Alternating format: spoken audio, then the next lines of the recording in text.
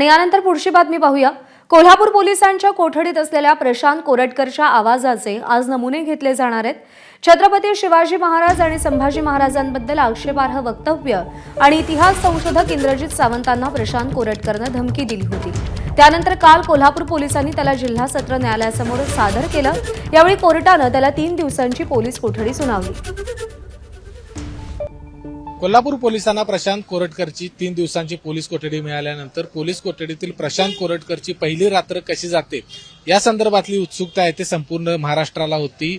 याच राजारामपुरी पोलीस ठाण्याच्या पोलीस कोठडीमध्ये प्रशांत कोरटकरला ठेवलेलं आहे। त्याला ज्या ठिकाणी ठेवलेला आहे त्या ठिकाणी आधी 11 आरोपी आहेत आणि 12वा आरोपी हा प्रशांत कोरटकर या ठिकाणी ठेवलेला आहे।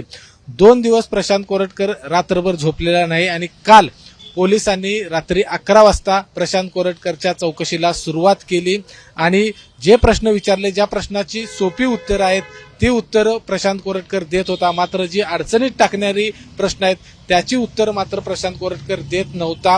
अंतरिम जामीनच्या दरम्यान तो कुणाकुणाला भेटला याची माहिती पोलीस घेत आहेत, कारण त्याच दरम्यान त्यानं पुढचे जे काही नियोजन लावलं, प्लॅनिंग केलं, जिथून चंद्रपूर असेल, तेलंगणा असेल या ठिकाणी गेला, त्या अंतरिम जामीनच्या दरम्यान कुणाकुणाला भेटला या संदर्भातली उत्तर मात्र प्रशांत कोरटकर देत नाहीत।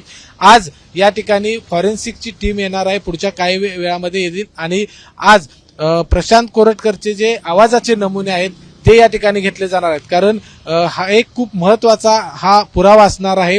प्रशांत कोरटकरनं ज्या पद्धतीनं फोनवरून छत्रपती शिवाजी महाराज, छत्रपती संभाजी महाराज यांचा अवमान केला, इंद्रजित सावंत यांना धमकी दिली, त्या आवाजाचे सॅम्पल आहेत ते आता फॉरेन्सिकची टीम घेणार आहे। प्रशांत कोरटकर आज कशा पद्धतीने पोलिसांच्या उत्तरांना, प्रश्नांना उत्तर देतो हे पाहणं खूप महत्वाचं असणार आहे। कॅमेरामन निलेश शेवाळेसह विजय केसरकर, एबीपी माझा, कोल्हापूर।